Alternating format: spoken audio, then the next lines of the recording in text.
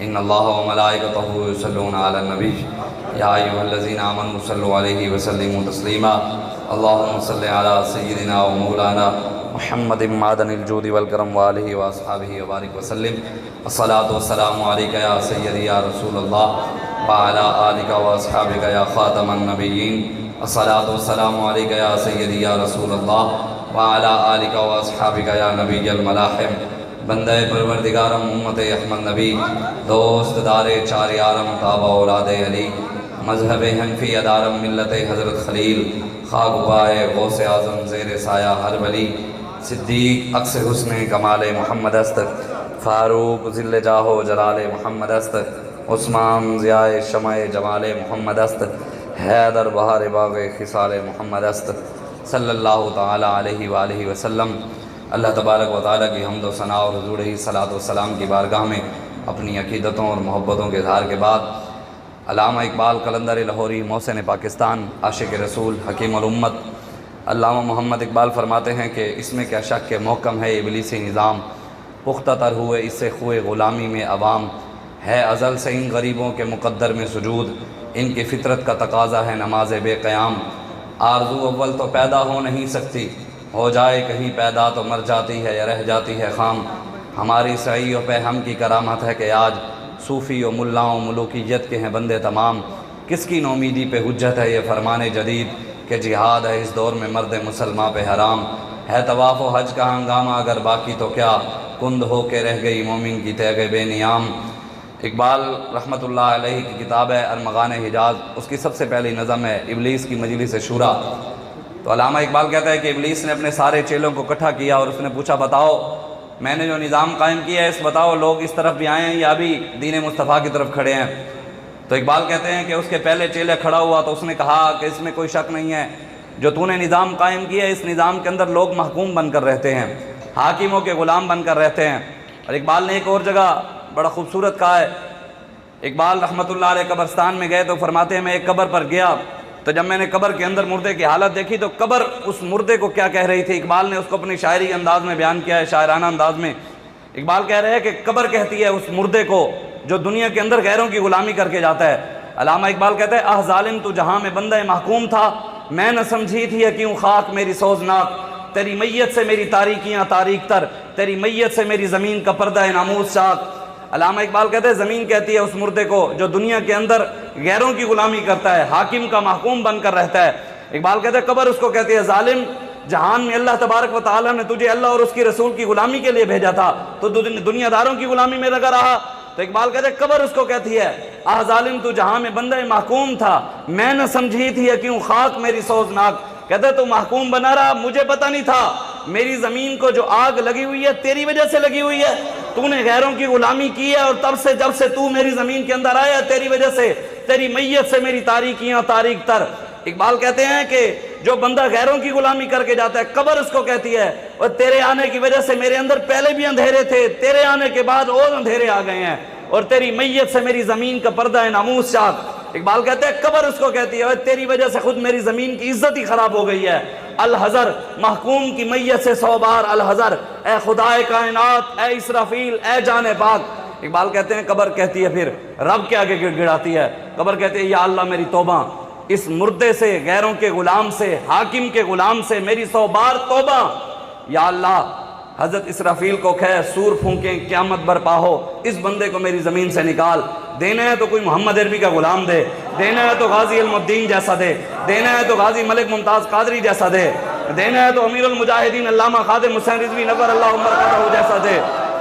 جن کو یہ حقیقت بات ہے جس نے حضور کی غلامی کی ہے دنیا میں بھی اسی کے مزے ہیں، مرنے کے بعد جنازے میں بھی اسی کے مزے ہیں اور قبر میں بھی اسی کے مزے ہیں۔ بتائیں امیر المجاہدین علامہ خادم حسین رضوی ہمارے مرشد اس دنیا میں تھے، لوگ ویل چیئر کو چومتے تھے کہ نہیں چومتے تھے؟ وجہ کیا تھی؟ حضور کی غلامی، حضور کی وفاداری۔ جب دنیا سے گئے مینار پاکستان میں مزہ آیا نہ آیا؟ پتہ لگا کہ دنیا سے حضور کا غلام گیا ہے۔ جب قبر میں گئے ہوں گے تو مزہ آیا ہوگا نہیں آیا ہوگا؟ اعلیٰ حضرت فرماتے ہیں دنیا کے اندر جو بندہ حضور کی غلامی کر کے جاتا ہے یہاں بھی مزے، جنازے میں بھی مزے، جب قبر میں جائیں گے یہاں تو دنیا میں نیند نہ آئے تو بچے تھپکیاں، ماں تھپکی دیتی ہے سو جا، تو اعلیٰ حضرت فرماتے ہیں جب حضور سے وفا کر کے جاؤ گے تو حضور قبر میں خود تھپکیاں دیں گے۔ مرکد میں اپنے بندوں کو تھپک تھپک کر میٹھی نیند سلاتے یہ ہیں، سچی بات سکھاتے یہ ہیں، سیدھی راہ دکھاتے یہ ہیں، ہلتی نیو جماتے یہ ہیں، ٹوٹی آسے بندھاتے یہ ہیں، ماں جب اکلوتے کو چھوڑے آ آ کہہ کر بلاتے یہ ہیں، اور رب ہے موتی یہ ہیں قاسم، رزق اس کا ہے دلاتے یہ ہیں۔ اب لوگوں کو پریشانی ہے حرام خورانو جنہوں نے ساری زندگی حرام کھا دیا ہے، انہوں نے ساڑھے مال تو پریشانی ہے۔ ابھی مولویوں نے چاول کدھروں آ رہے ہیں؟ اسی کدی آکھیا بھی زرداری ڈاکو رہا ہے، خورشید شاہ میٹر چور رہا ہے، نواز شریف دا پیو لوہار سی، عمران خان عشر خور فطرانے زکاتیں صدقے خیراتوں کے کیمپ لگا کر لوگوں سے صدقے مانگتا رہے۔ اسی کیا ہوئے نام مرادو چورن ٹکیٹن ہوتے بہ کے اتنے سال تو کھوا رہے ہو، انہوں نے بارے کدی سوال نہیں کیتا؟ اسی کدی کیا؟ کبھی کسی نے سوال کیا کہ جناب دنیا کے کسی اینکر نے میڈیا پہ بیٹھ کر کسی نے کہا ہو بھی یہ تو سارے ڈکیٹ کٹھے ہوئے ہیں، ہر کوئی اپنی ہم سب کی چن رہے ہیں چپ کر کے؟ لیکن پریشانی ساڑھے چاولاں کی نو ہے، مولویوں نو چاول کدھروں آ رہے ہیں؟ مولوی کاٹن دا سوٹ کتھوں پایا ہویا ہے؟ لبیک والے گڈی کتنے رکھ لئی ہے؟ جی تسی یہ کر، میں کہ پتر ساڈا آندے گنبد خضرات ہوں، قیامت تک کسی کا باپ بھی بند نہیں کروا سکتا۔ کسی کے اندر جرت ہے تو کروا کر دکھائے، ہمارا یہاں بھی بند نہیں ہوگا، مرنے کے بعد بھی بند نہیں ہوگا انشاءاللہ۔ اگر ہمارے سے ہر چیز پریشانی ضرور ہے، الحمدللہ یہ بابا جی کی برکات ہیں، لبیک کی برکت ہے کہ اب ہر حکمران ہر وقت یہ ضرور سوچتا ہے کہ جناب کچھ نہ کچھ اسلامی ٹچ ہونا چاہیے۔ وہ کہتا ہے علمہ بانج کوئی دم نہیں چلنا، علمہ بانج کوئی دم نہیں چلنا، ایویں لہجہ خم نہیں چلنا، پورے اسلام میں چاہو تھوڑے ٹچ نال کم نہیں چلنا۔ یا ایھا الذین آمنوا ادخلوا فی السلم کافہ، اللہ فرماتے ہیں ایمان پورے اسلام میں داخل ہو جاؤ۔ ہم مجبوری بن گئی ہے، اور انشاءاللہ ہمارے قائد نے فرمایا تھا یہ مردے نہلوانے تک نہ آئے تو ہمیں کر لینا، یہ قبر میں اتارنے بھی آئیں گے، اور انشاءاللہ ہمارا دور کوئی مقصد ہی نہیں ہے، ہمارا مقصد ہے دین مصطفیٰ تخت پر بٹھانا، اور انشاءاللہ وہ ہم لائیں گے۔ لوگ ہمیں بڑے مشورے دیتے ہیں، جناب سیٹ ایڈجسٹمنٹ کے علاوہ آپ آ نہیں سکتے۔ میں کہ یہ کبھی بھی نہیں ہو سکتا، آپ کا بھروسہ غیروں پر ہے، ہمارا بھروسہ رب پر ہے۔ رب سے کوئی امید لگائے، اللہ اور اس کے رسول کے لیے کوئی محنت کرے، رب ویسے کسی کی محنت ضائع نہیں کرتا۔ اگر ہم محنت ہی اللہ اور اس کے رسول کے دین کو تخت پر لانے کے لیے کر رہے ہیں، کیا رب ہماری محنت ضائع ہونے دے گا؟ اگر بغیر جوتیوں والے افغانستان والے امریکن انہیں میں آپ آ سکتے ہیں، جن کو یہ اپنا باپ سمجھتے ہیں، امریکہ کو اپنا باپ سمجھتے ہیں نا، یہ بغیر جوتی والوں نے امریکہ کو اگر لٹا دیا ہے تو ان کی کیا حیثیت ہے؟ تم نے کیا سمجھا بھی تم نے گولیاں چلائیں، شیل چلائے تو ہم چپ کر گئے، تسی کیا بیسی کچھ کر نہیں سکتے؟ نہیں، ہم شریف ضرور ہیں لیکن اپنوں کے لیے۔ ہمارے اوپر پولیس والوں نے گولیاں چلائیں تو ہم نے کہا نہیں پترو تسی اپنے ہو، کوئی نہیں، تسی گولیاں بھی چلا، چادر چار دیواری کا تقدس پامال کے ہم چپ کر گئے، تم نے پرچے کاٹے ہم چپ کر گئے، 4 شیڈول لگائے ہم چپ کر گئے، جو مرضی تم کر سکتے تھے تم نے پورا ظلم جو زور لگانا تھا لگایا، ہم چپ کر گئے۔ لیکن انشاءاللہ دین تو آنا ہے اور طاقت بھی آنی ہے، تمہیں دکھائیں گے انشاءاللہ۔ آج یہ بات لکھ لو، ہم دکھائیں گے جب حضور کا دین تخت پر ہو گیا اور ساڑھا واہ پہ گیا امریکہ نال،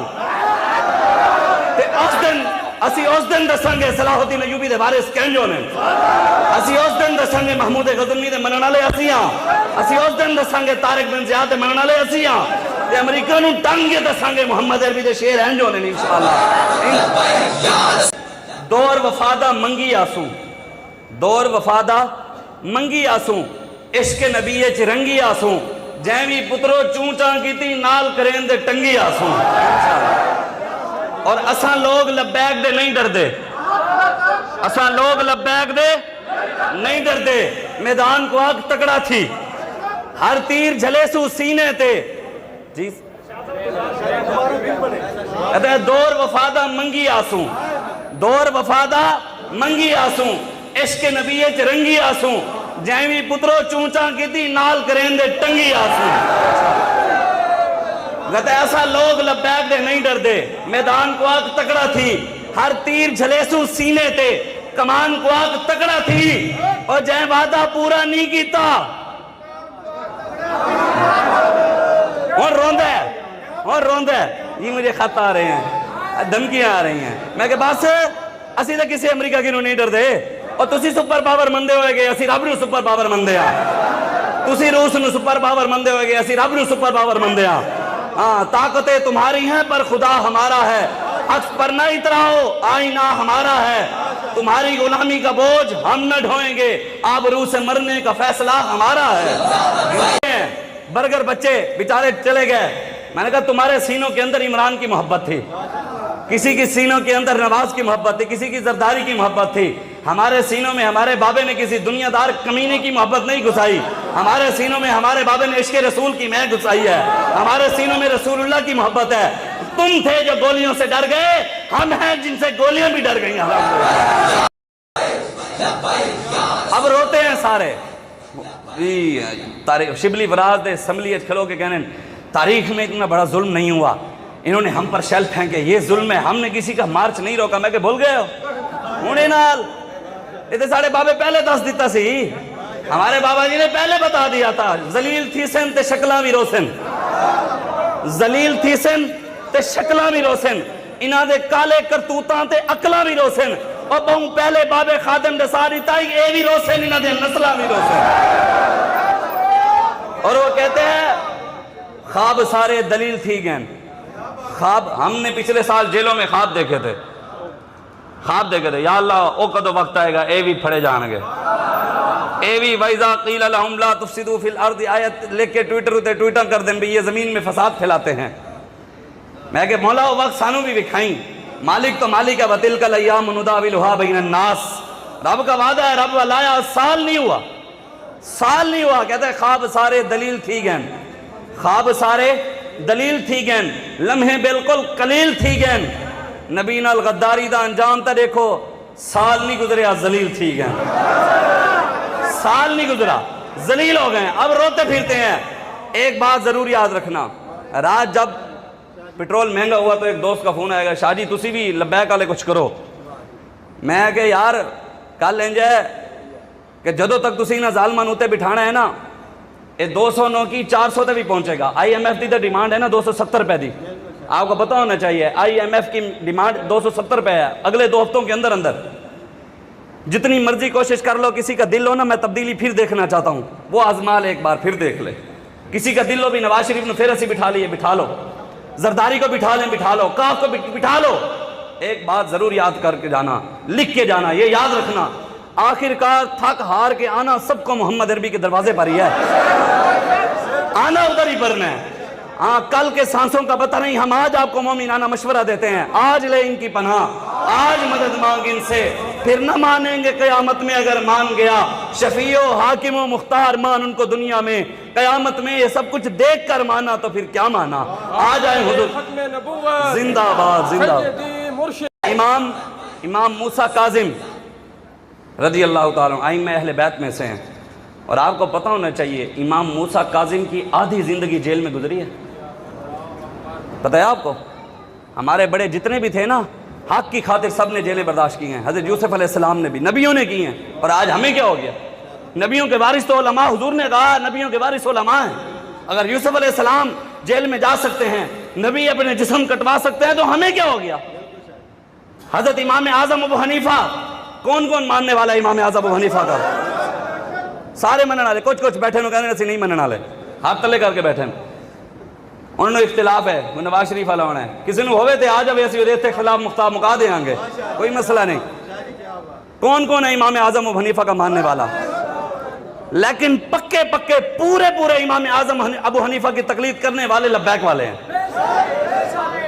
امام اعظم ابو حنیفہ جیل گئے ہیں کہ نہیں گئے امام اعظم ابو حنیفہ کی یہ بھی تو تقلید ہے نا ہم اگر ان کی تقلید کرتے ہیں ان کی ہر بات ہم مانتے ہیں ان کے ہر دیے ہوئے راستے پر ہم چلتے ہیں جو انہوں نے بتایا تو امام اعظم ابو حنیفہ نے جیل کے اندر 7000 قرآن بھی ختم کیے ہیں امام موسیٰ کاظم آپ شہید کیسے ہوئے پتہ ہے آپ کو ہم نے تو اپنے بچوں کو مسٹر چپس یاد کروایا ہے نا ہم نے تو ٹوئنکل یاد کرایا ہے ہم نے اپنے بچوں کو سیدنا صدیق اکبر کی سیرت پڑھائی ہوتی تو آج یہ وقت ہمیں نہ دیکھنا پڑتا آج اگر ہم نے عمر فاروق کی سیرت پڑھائی ہوتی تو آج ہمیں یہ وقت نہ دیکھنا پڑتا کہ مولویوں کا کام. حضرت عمر فاروق کے پاس ایک بندہ آیا, اس نے کہا حضور دریائے نیل سوکھا ہوا ہے, مہربانی فرمائے دریائے نیل چلائیں. آپ نے کیا فرمایا؟ ابھی مولویوں کا سیاست سے کام نہیں ہے, مسجد سے باہر نکل کر میرے بات کر. مسجد کے اندر کون سی سیاست تو کر رہا ہے؟ یہ تو وزیر جنگلات کا کام ہے. مولویوں کا کیا کام؟ یہ دریاؤں کے مسئلے حل کرنا, نہروں کے مسئلے حل کرنا. یہی فرمایا تھا حضرت عمر فاروق نے. بتائیں نا, جو کہتا ہے مولویوں کے سیاست سے کام نہیں ہے, تو حضرت عمر فاروق بھی کہہ دیتے کہ جناب سیاست سے ہمارا کام نہیں, یہ نہروں کا مسئلہ, دریاؤں کا مسئلہ وزیر جنگلات حل کرے گا. جب اوپر محمد عربی کے غلام ہو نا, پھر دریا سوکھے ہوئے بھی ہوں تو حل محمد عربی کے غلامی کرتے ہیں.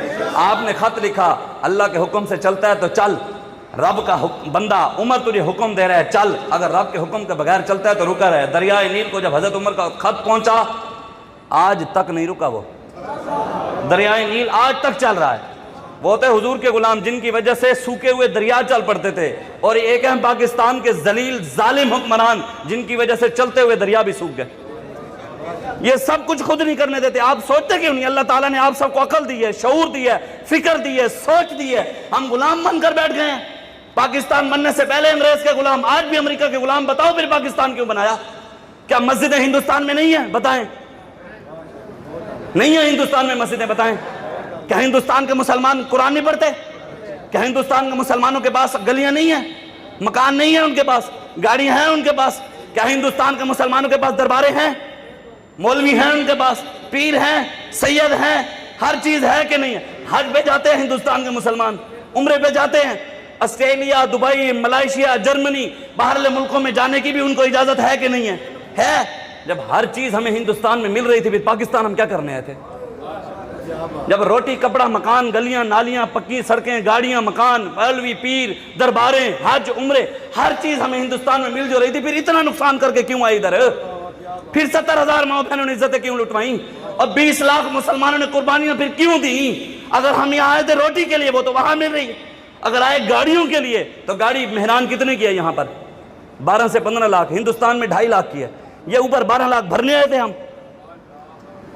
یہاں یوریا کھاد جو ہے وہ 2603,000 کی ہے, وہاں 400-500 روپے کی ہے. یہاں ڈی اے پی 13,000 روپے ہو گئی ہے, اور وہاں 1500 روپے کی ہے. کیا ہم ان کو ظالموں کو راضی کرنے کے لیے آئے تھے؟ امام موسیٰ کاظم نے کیا فرمایا سنیں.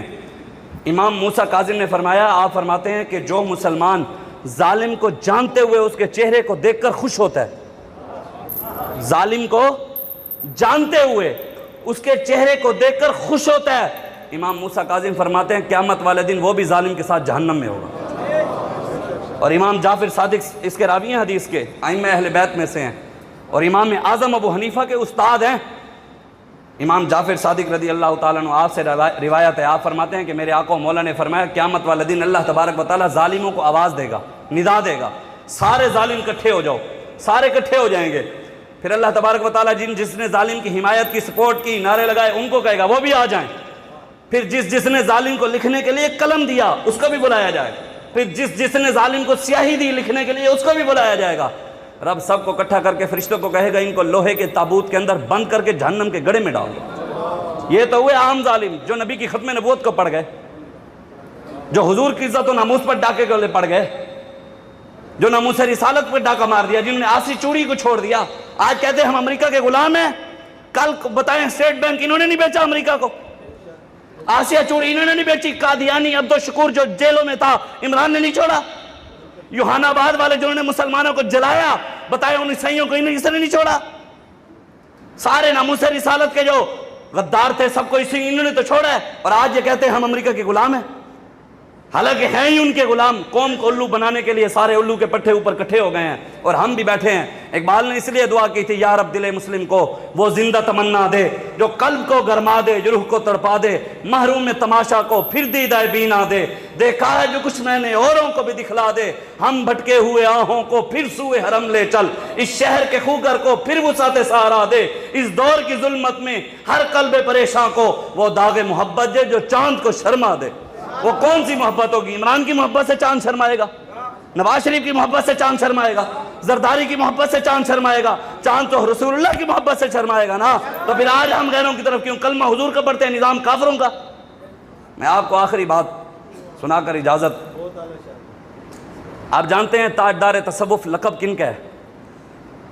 تاجدار تصوف حضرت عبداللہ بن مبارک کا، تاجدار تصوف کا لقب حضرت عبداللہ بن مبارک کا ہے، اور آپ امام اعظم ابو حنیفہ کے شاگرد بھی ہیں، امام بخاری کے استاد ہیں حضرت عبداللہ بن مبارک، تاجدار تصوف کے تاجدار۔ کرتے کیا ہیں؟ ہمارے جو بزرگان دین تھے نا، ان کا سنے کیا کرتے تھے؟ حضرت عبداللہ بن مبارک رضی اللہ تعالیٰ عنہ میدان جہاد میں جہاد کر رہے تھے، تو آپ کو ایک شخص نے آ کر کہا، اس نے کہا حضور، جیسے آج کل ہمیں کر بھی آ کر کہتے ہیں، جناب دیکھیں جی آپ یہ کیا کر رہے ہیں، ہر وقت روڈوں پہ آ جاتے ہیں، ہر وقت تاجدار ختم نبوت کے نعرے لگا کر روڈ بند کر دیتے ہیں، یہ کون سا طریقہ ہے، یہ کون سا اسلام ہے؟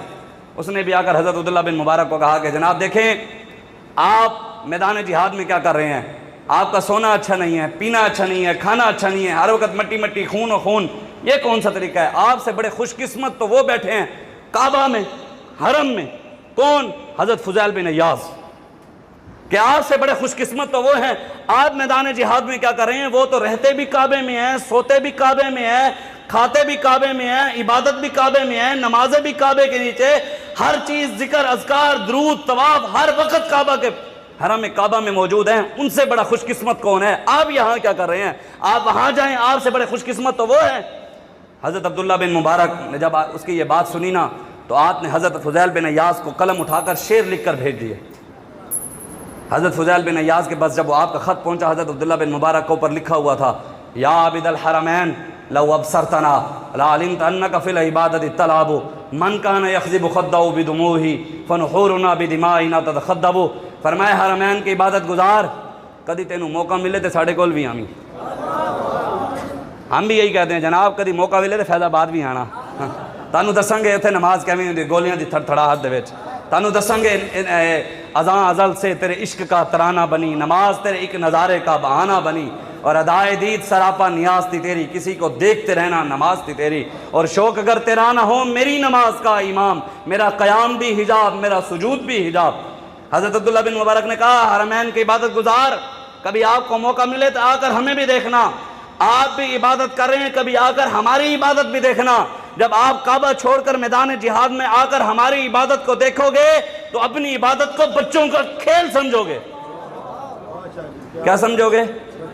آگے کیا فرمایا؟ من کان یخضب خدہ بدموعہ فنحورنا بدمائنا تتخدب۔ فرمایا حرمین کی عبادت گزار، آپ تو روتے ہیں گناہوں کی وجہ سے، اور رو رو کر اپنی داڑھی کو تر کر دیتے ہیں، گناہوں کی وجہ سے رب کے آگے روتے ہیں، اور آپ کے آنسوؤں سے آپ کی داڑھی تر ہوتی ہے۔ کبھی موقع ملے تو ہمارے پاس آنا، ہمیں آ کر دیکھنا، ہم رب کی ایسی عبادت کرتے ہیں، ہم روتے نہیں، ہم اپنی گردنیں کٹوا کر خون سے اپنا جسم تر کر کے رکھ دیتے ہیں۔ آگے آپ نے کیا ارشاد فرمایا؟ فرمایا حرمین کی عبادت گزار، آپ جتنی مرضی عبادت کر لیں، جس مرضی مقام کو پہنچ جائیں، ذکر کر لیں، اذکار کر لیں، جب آپ اس دنیا سے جائیں گے تو لوگ آپ کو ننگا کر دیں گے۔ کیا کر دیں گے؟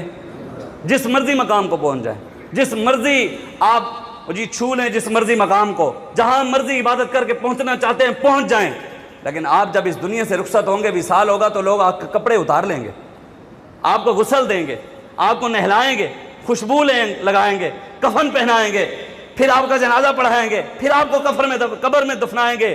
کبھی موقع ملے تو ہمارے پاس بھی آنا، کبھی موقع ملے تو ہمارے پاس بھی آنا۔